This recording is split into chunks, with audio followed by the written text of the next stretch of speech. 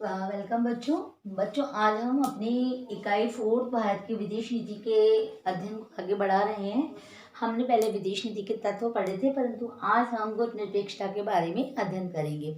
उस दिन भी मैंने आपको गुटनिरपेक्षता का सामान्य सा परिचय दिया था, परंतु आज हम इसके बारे में विस्तृत रूप से पढ़ेंगे। गुटनिरपेक्षता, जैसे मैंने आपको नाम से बताया था, गुट से अलग रहने की नीति। अब गुट से अलग रहने की नीति क्यों आई, ग्रुपिंग की नीति क्यों आई, इसके बारे में हम थोड़ा गहराई में जाते हैं। आपको पता है विश्व में 2 विश्व युद्ध हो चुके हैं, प्रथम विश्व युद्ध और द्वितीय विश्व युद्ध। प्रथम विश्व युद्ध जब हुआ था 1914 से 1918, उसके पश्चात जब शांति हो गई तो राष्ट्र संघ का उदय हुआ। और राष्ट्र संघ एक ऐसा अंतर्राष्ट्रीय संगठन था जिसका कि उद्देश्य था विश्व में शांति व्यवस्था को बनाए रखना। परंतु शीघ्र ही राष्ट्र संघ अपनी सफलता को प्राप्त नहीं कर सका और द्वितीय विश्व युद्ध की ओर धकेल दिया गया। आपको पता है 1939 से लेकर 45 तक द्वितीय विश्व युद्ध हुआ था। द्वितीय विश्व युद्ध होने के पश्चात 1945 के अंदर क्या हुआ था, 1945 में संयुक्त राष्ट्र संघ का उदय हो गया। ठीक है, द्वितीय विश्व युद्ध समाप्त हो गया, उसके पश्चात संयुक्त राष्ट्र संघ का उदय हो गया। अब हुआ क्या, सेकेंड वर्ल्ड वॉर जब फिनिश हो गया, उसके पश्चात विश्व में 2 बड़ी शक्तियां आ गई। 2 बड़ी शक्तियां कौन सी आ गई, मैंने आपको पहले भी बताया था। मैंने आपको बताया था संयुक्त राज्य अमेरिका और सोवियत संघ। अब ये दोनों महाशक्तियां आ गई। एक था पूंजीवादी राष्ट्र और एक था समाजवादी राष्ट्र या साम्यवादी राष्ट्र। ठीक है, अब उसी समय विश्व में बहुत से नव स्वतंत्र राष्ट्र हुए थे। अब विश्व के सामने 2 ही स्थितियां थी कि वो इन जो 2 राष्ट्र हैं इनके साथ कोई पंगा ना ले, यानी उनको इन दोनों ही राष्ट्रों को राजी रखना था। अब जो पूंजीवाद से संबंधित राष्ट्र थे वो पूंजीवादी अमेरिका की तरफ यानी संयुक्त राज्य अमेरिका की तरफ होते चले गए, और कुछ थे जो साम्यवादी थे, साम्यवादी विचारधारा के थे, वो सोवियत संघ की तरफ होते चले गए। धीरे धीरे अब उस समय लेकिन बहुत से देश जो उपनिवेशों से आज़ाद हुए थे, जैसे कि हमारा भारत, लैटिन अमेरिका का देश, दक्षिण अफ्रीका के बहुत से देश, उनके सामने बड़ी असमंजस की स्थिति आ गई। वो क्यों आ गई बेटा, क्योंकि उनका जब वो उपनिवेश वहां से आज़ाद हुए थे, यानी सबसे पहला उनका जो मेन उद्देश्य था वो था विकास करना। और वो अपने विकास के लिए, अपने विकास के साधनों के लिए उनको पूंजीवादी अमेरिका की भी जरूरत थी और उनको साम्यवादी सोवियत संघ की भी जरूरत थी, क्योंकि कुछ न कुछ साधन जैसे ऑयल वगैरह के लिए था तो वो किस पे निर्भर था, देश सोवियत संघ पे निर्भर थे। तो अब क्या करा जाए, ऐसे में अगर वो साम्यवाद का साथ देते हैं पूंजीवादी नाराज होता है, पूंजीवाद का साथ देते तो साम्यवादी नाराज होता है। तो उन्होंने एक नई नीति का उन्होंने तय किया कि हम निर्गुट रहेंगे मतलब किसी भी गुट में शामिल नहीं होंगे। तो क्या इसका मतलब ये हो गया कि वो अपने आप पे बहुत सक्षम थे? नहीं, वो सक्षम नहीं थे। उन्होंने कहा कि अगर हम गुटबाजी में आ जाते हैं तो सबसे पहले हमारा आर्थिक विकास प्रभावित होगा, और वो हमारी पहली नीति है। तो उन लोगों ने इन सब दोनों राष्ट्रों के साथ संबंधों को अच्छा बनाते हुए गुट निरपेक्ष रहने की बात कर ली, यानी उन लोगों ने तय किया कि हम किसी भी सैन्य गुट में शामिल नहीं होंगे, हम किसी भी सैन्य गतिविधियों को बढ़ावा भी नहीं देंगे और उसमें हम शामिल नहीं होंगे। तो ये जो हमारे थे Pandit Jawaharlal Nehru, marshal Tito Yugoslavia के, और ये नासिर, तो ये जो थे इन तीनों ने मिलकर गुट निरपेक्षता की नीति को आगे बढ़ाया। अच्छा, गुट निरपेक्षता नाम से ही पता पड़ रहा है किसी भी गुट में शामिल ना होने की नीति। तो क्या इसका मतलब यह है कि जो राष्ट्र अंतर्राष्ट्रीय राजनीति से दूर रहेगा? नहीं, इसका मतलब ये नहीं कि वो अंतर्राष्ट्रीय राजनीति के सैनिक गुटों से दूर रहेगा।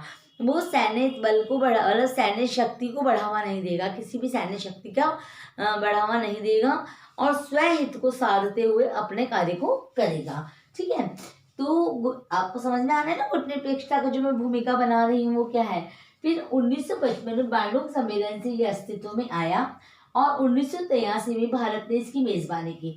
बेटा ये आया और 25 राष्ट्रों का एक सम्मेलन हुआ था। उसके पश्चात ये अपना सम्मेलन आगे बढ़ता चला गया, और इसमें हर साल हर एक सम्मेलन में इसमें अनेक राष्ट्र, अनेक देश जुड़ते हुए चले गए। ठीक है, अब हुआ क्या, उधर विश्व की राजनीति में हम नजर डालते हैं तो विश्व की राजनीति 1990 तक पहुंच गई।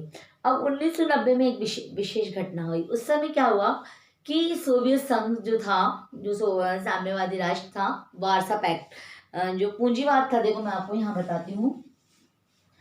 सपोज करो ये था पूंजीवादी। पूंजीवादी कौन था? पूंजीवादी अमेरिका, ठीक है बेटा। और साम्यवादी कौन था? सोवियत संघ। अब एक बात समझना है यहाँ पर आप लोग, सोवियत संघ। अमेरिका जो था वो नाटो और सीटो जैसे सैनिक गुटों का समर्थक था, और यहाँ पे ये था वार्सा। तो दोनों ही सैनिक गुट थे। तो सैनिक गुट थे मतलब ये हथियार बनाते थे, उन लोगों ने परमाणु शस्त्र बना चुके, ये लोग परमाणु शस्त्र बना चुके थे। तो हम बात कर रहे थे सम्मेलन की। मैं आपको 1990 की बात बताने पहुंच गई थी। हाँ, 1990 में क्या हुआ? 1990 में सोवियत संघ के टुकड़े हो गए। क्यों हो गए? क्योंकि यहाँ एक जो प्रधानमंत्री थे मिखाइल गोर्बाचोव, उन्होंने जो नीति अपना ली, पुनर्गठन और खुलापन की जो नीति अपनाई थी, उससे सोवियत संघ के टुकड़े हो गए। अब सोवियत संघ के जब टुकड़े हो गए तो सोवियत संघ के 16 गणराज्यों में बट गया। सोवियत संघ कितने गणराज्यों में बट गया? 16 गणराज्यों में बट गया। सोवियत संघ ना रहकर जो सबसे बड़ा रह गया वो कौन सा रह गया? रूस रह गया, है ना। अब विश्व की राजनीति में ये दो थे ना, दो में सब कौन बच गया? अमेरिका बच गया। तो क्या ये संभव था कि पूरा जो विश्व है वो अमेरिका के ही अंडर में रहे? ये चीज कभी भी संभव हो सकती है क्या?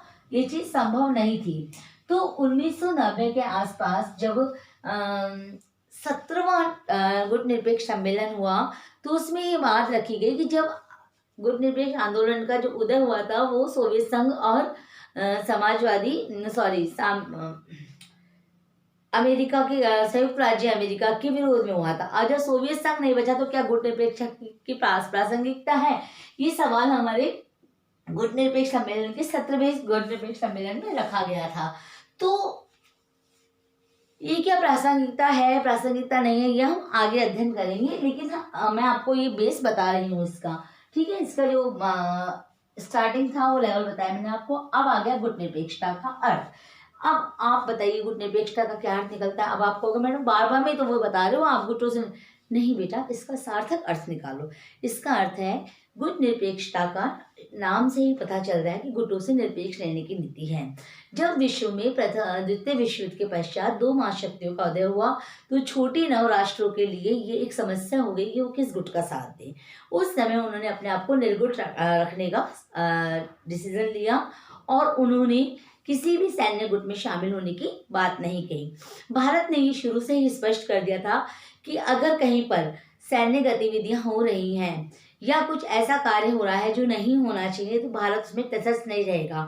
अगर भारत की अस्मिता पर या भारत की स्वतंत्रता पर किसी भी प्रकार का हानि होती है तो भारत उसको मुंहतोड़ जवाब देगा। हाँ, गुट निरपेक्षता होने के कारण का अर्थ ये नहीं है कि हम विश्व की राजनीति से अपने आप को अलग थलग कर रहे हैं या विश्व में होने वाली किसी भी घटना से, अच्छी पॉजिटिव हो चाहे पॉजिटिव नेगेटिव हो, चाहे प्राकृतिक आपदा, उसमें हम साथ नहीं देंगे। हम विश्व के साथ हैं, परंतु हम विश्व की जो घृणित मानसिकता है, घृणित मानसिकता क्या हो गई थी उस समय? आप कहोगे मैडम ये क्या शब्द आ गया? घृणित मानसिकता ये हो गई थी कि जो अमेरिका और सोवियत संघ था उनके बीच में शीत युद्ध की स्थिति हो गई थी। यानी युद्ध नहीं था लेकिन आपस में युद्ध जैसा वातावरण था। तो भारत और बहुत से नव जो स्वतंत्र राष्ट्र थे उनके समय इन गुटों की राजनीति में शामिल होने का समय नहीं था, उनको अपना आर्थिक विकास करना था। इसलिए इसका अर्थ क्या हुआ कि हम अपने आर्थिक विकास को करने के लिए आज़ाद हैं और हम दोनों ही राष्ट्रों से अपने मधुर संबंध बनाए रखना चाहते हैं। किसी एक गुट में शामिल नहीं होंगे, हम किसी भी सैन्य गुट का हिस्सा नहीं बनेंगे, क्योंकि हम जैसे राष्ट्रों के पास प्रथम कार्य क्या है? अपना विकास करना और हमारे यहाँ की अर्थव्यवस्था को सबल बनाना। तो ये अर्थ सोचते हुए उन राष्ट्रों ने अपना एक उसको नाम दे दिया गुट निरपेक्षता का, कि विश्व की राजनीति में हम सार्थक रूप से शामिल होंगे लेकिन हम उससे अपने आप को दूर रखेंगे जब तक आवश्यक नहीं होगा। अगर कहीं पर ऐसी आवश्यक मानवता के नाते है या युद्ध की विभीषिका है या युद्ध हो रहा है तो हम अपने आप को पृथक नहीं रखेंगे, लेकिन हम जहाँ जो हथियारों का निर्माण हो रहा है, हथियारों का जखीरा तैयार हो रहा है, उनमें और जो घृणित मानसिकता एक दूसरे राष्ट्रों के खिलाफ हम कर रहे हैं, उसमें हम शामिल नहीं होंगे। ये गुटनिरपेक्ष राष्ट्रों ने एक ऐलान कर दिया था। अब शब्द आ जाता है भारत की विदेश नीति में गुटनिरपेक्षता। तो बेटा क्या भारत की वर्तमान जो विदेश नीति है, नहीं, भारत की जो विदेश नीति है इसका एक प्रमुख तत्व गुटनिरपेक्षता रहा हुआ है। भारत की जब भारत आज़ाद हुआ था 1947 में, वो उपनिवेशवाद की त्रासदी से पूरी तरह से त्रस्त हो चुका था और उसको पता था कि किसी के अंडर में रहकर अपना किस तरीके से विकास किया जा सकता है। भारत अपने आर्थिक विकास के लिए और विश्व की अंतर्राष्ट्रीय स्थिति में अपने अस्तित्व को बनाए रखने के लिए किसी भी गुट में शामिल नहीं होना चाहता था और इस गुटनिरपेक्षता को अपनी विदेश नीति का एक आधारभूत बेस उसने बनाया कि हम हमेशा से गुटनिरपेक्ष। लेकिन इसका मतलब ये नहीं है कि अगर कोई राष्ट्र हमारे ऊपर आक्रमण करता है या हमारी अस्मिता को चोट पहुंचाता है तो हम चुपचाप सह लेंगे, हम एक गाल के बदले दूसरा गाल आगे नहीं करेंगे। और ये भारत ने बताया भी, भारत समय समय पर शामिल भी हुआ। देखो, भारत पाकिस्तान युद्ध हुए, भारत चाइना युद्ध हुए, विश्व के बहुत सी घटनाएं ऐसी हुई तो भारत उनमें आगे रहा है। बस भारत किसी सैन्य गुट का हिस्सा नहीं है। भारत अपने आप में एक आज़ाद और स्वतंत्र देश है जिसके डिसीजन वो स्वयं लेता है। और एक बात मैं आपको और बताना चाहूँगी कि भारत शांति का पक्षधर है और भारत गुटनिरपेक्ष नीति भारत की सांस्कृतिक आर्थिक इन मांगों को लेते हुए है। वर्तमान संदर्भ में गुटनिरपेक्ष आंदोलन। अब बात आ जाती है कि क्या वर्तमान समय, वही मैंने अभी आपको ऊपर बताई थी ना कि जब सोवियत संघ समाप्त हो चुका है तो क्या वर्तमान संबंध में गुटनिरपेक्ष, हाँ, गुटनिरपेक्ष आंदोलन वर्तमान समय में भी है। वर्तमान समय में इसका क्या प्रासंगिकता है बेटा? इसकी प्रासंगिकता यही है कि गुटनिरपेक्ष आंदोलन केवल सैन्य गुटों के लिए नहीं है, बल्कि ये किसी भी देश के आर्थिक, सामाजिक, सांस्कृतिक विकास के लिए सम्मेलन आयोजित करता है, उन राष्ट्रों के कॉन्फिडेंस लेवल को बढ़ाता है, उन राष्ट्रों के को विकास की ओर अग्रसर करता है। इसलिए वर्तमान समय में भी गुटनिरपेक्ष आंदोलन प्रासंगिक है। केवल ये क्योंकि सैन्य गुट, नाटो, सीटो, आज वर्तमान समय में भी पहली आवश्यकता बन गई है कि सैन्य शक्ति सबके पास सबल रूप से होनी चाहिए। तो क्या गुटनिरपेक्ष आंदोलन को समाप्त कर देना चाहिए? क्या गुटनिरपेक्षता समाप्त हो गई है? तो ये अपने अपने राष्ट्र की एक विदेश नीति के तत्व होते हैं और वर्तमान समय में भी इसकी पूरी तरह से प्रासंगिकता है। शीत युद्ध की समाप्ति अवश्य हो गई है। शीत युद्ध, अब आपको मैंने पहले भी बताया था कि शीत युद्ध एक ऐसा युद्ध है जो कि व्यक्तियों के मनों में चलता है, व्यक्तियों के हृदय में चलता है। दो जने साथ साथ तो हैं परंतु अंदर ही अंदर कुटिलता है, जैसे कि सोवियत संघ में और अमेरिका में थी। वो आपस में शीत युद्ध से ग्रसित थे। और शीत युद्ध की समाप्ति कब हो गई थी? वो मैंने आपको बताया 1990 में हो गई थी। 1990 में होते आज विश्व क्या एक ही मंच के नीचे आ गया, यानी अमेरिका। तो नहीं, वर्तमान समय में भारत गुटनिरपेक्ष तो है, लेकिन फिर भी वो जो संयुक्त राष्ट्र संघ की महासभा है उसमें स्थायी सदस्यत्व का प्रबल दावेदार है। वहाँ पे जो सुरक्षा परिषद है उसके 5 स्थायी सदस्य हैं, उनमें से प्रबल दावेदार कौन है? भारत है। तो क्या इसका मतलब यह है कि भारत गुटनिरपेक्ष नहीं है? नहीं, भारत की नीति गुटनिरपेक्ष है। इसको समझो, ये एक मनोवैज्ञानिक तत्व है, ठीक है। गुटनिरपेक्षता और वर्तमान सरकार। अब वर्तमान जो सरकार है, आपको पता है हमारी मोदी जी की सरकार है। तो आज वर्तमान में हमारी जो सरकार है उसने अपने आप को आज विश्व की 4th नंबर की, 4th क्या मतलब बल्कि 2nd नंबर ही बोलती हूँ, लेकिन विश्व में जो 4th नंबर की सैन्य शक्ति है वो हमारे पास है। आज हम विश्व की किसी भी महाशक्ति को, चाहे वो अमेरिका ही क्यों ना हो, उसको टक्कर देने की हैसियत में हैं। आज हमसे आंखें मिलाने में एक बार सामने वाला सोचता है। तो भारत सरकार ने जब गुटनिरपेक्ष आंदोलन लगाया, लेकिन अपने आप को सैन्य रूप से इतना प्रबल कर दिया। आपको पता है भारत और पाकिस्तान जो है उसका मसला हमेशा से विश्व में एक चिंतन का विषय बना हुआ है। संयुक्त राष्ट्र संघ में ये विषय कितनी ही बार उठाया है। तो वर्तमान सरकार गुटनिरपेक्षता आंदोलन का विरोध नहीं करती है, परंतु अपने आप को सैन्य शक्ति से दूर भी नहीं करती है, अपने आप को सैनिक शक्ति से दूर भी नहीं करती है। और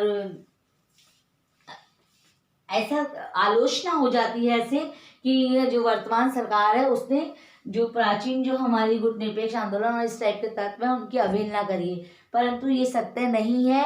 हम आज पहले के मुकाबले आज जो अंतर्राष्ट्रीय मंच पर हमारे देश की स्थिति है, बेटा मैं इसीलिए आपको बहुत बार कहती हूँ न्यूज़ सुना करो, पेपर पढ़ा करो। आज जो हमारी स्थिति है वो बहुत ज़्यादा प्रबल है। आज हमारा जो संयुक्त राष्ट्र संघ में हमारे देश की जो अध्यक्षता करता है वो खड़े होकर पुरजोर आवाज़ में करता है। आपने पहले सुषमा स्वराज जी का एक बार लास्ट ईयर मैंने आप लोगों को बताया भी था उनके बारे में, तो मैंने आपको कहा भी था कि वो वीडियो अगर आप लोग देखो तो किस प्रबल आवाज़ में वो बोलते हैं। और आज भी हमारी जो वर्तमान सरकार है वो सैन्य शक्ति को बढ़ा रही है, किसी सैन्य गुट का हिस्सा नहीं है, बल्कि अपने आप में ही पूर्णतः आत्मनिर्भर सरकार बना रही है। तो हम कह सकते हैं कि गुट निरपेक्ष आंदोलन की प्रासंगिकता वर्तमान में इतनी है कि वो किसी गुट में नहीं होके बल्कि अपने ही आर्थिक विकास में कर रही है। और इस तरीके से क्या होता है, इसका पॉजिटिव बात होती है कि देश अपने आप में आत्मनिर्भर हो जाता है और उसकी शक्ति संपन्न राष्ट्र बन जाता है। तो कुल मिला के अब आपको समझ में आ जाना चाहिए कि गुट निरपेक्षता क्या है। गुट निरपेक्षता विश्व की राजनीति से अलग थलग पड़े रहने की नीति नहीं है, तटस्थ रहने की नीति नहीं है, अलगाव की नीति नहीं है, बल्कि राष्ट्र की अंतर्राष्ट्रीय मंच पर शामिल होकर अपने आर्थिक विकास को करना है। किसी का विरोध करना नहीं है बल्कि साथ चलने की नीति है। तो बेटा ये कुछ शब्दों को है, आप बस शब्दों का हेरफेर होता है किताब में और अपने में, वो मैं इजी बताती हूँ ताकि आप लोगों को समझ में आ जाए। इज दैट क्लियर बेटा? ये क्लियर हो गया गुट निरपेक्ष आंदोलन आपका आज?